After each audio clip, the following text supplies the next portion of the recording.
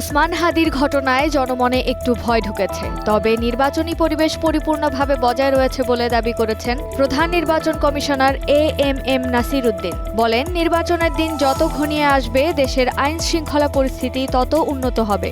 একই সাথে প্রার্থী ও ভোটারদের ভয় কেটে যাবে। খুলনায় জাতীয় নাগরিক পার্টির শ্রমিক সংগঠনের কেন্দ্রীয় নেতা মোহাম্মদ মোতালেব শিকদারকে গুলি করা হয়েছে। আশঙ্কাজনক অবস্থায় তাকে খুলনা মেডিকেলে নেওয়া হয়েছে। তিনি শঙ্কামুক্ত বলে জানিয়েছেন চিকিৎসকরা। বিষয়টি নিশ্চিত করেছেন সোনাডাঙ্গা থানা পুলিশের ভারপ্রাপ্ত কর্মকর্তা রফিকুল ইসলাম। প্রথম আলো ও ডেইলি স্টারের প্রধান কার্যালয়ে হামলা, ভাঙচুর ও লুটপাটের ঘটনায় 17 জনকে গ্রেফতার করেছে পুলিশ।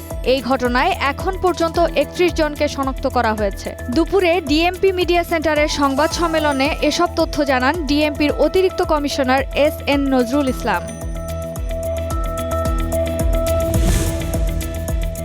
সংবাদপত্রের ওপর হামলাকে গণতন্ত্র এবং জুলাই বিপ্লবের ওপর আঘাত হিসেবে অভিহিত করেছেন বিএনপির মহাসচিব মির্জা ফখরুল ইসলাম আলমগীর। মব ভায়োলেন্স বিরোধী এক সভায় অংশ নিয়ে তিনি বলেন, এখন শুধু সচেতন হলে চলবে না, অপশক্তির বিরুদ্ধে রুখে দাঁড়াতে হবে।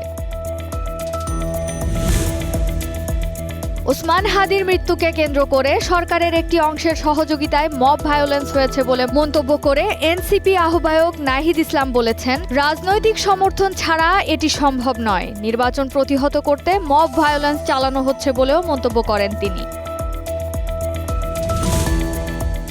10 জনের ভিয়ারেলকে 2-0 গোলে হারিয়ে স্প্যানিশ লা লিগায় শীর্ষস্থান পাকা করেই বছর শেষ করল বার্সেলোনা। রাফিনহা আর ইয়ামালের গোলে জয় পায় তারা।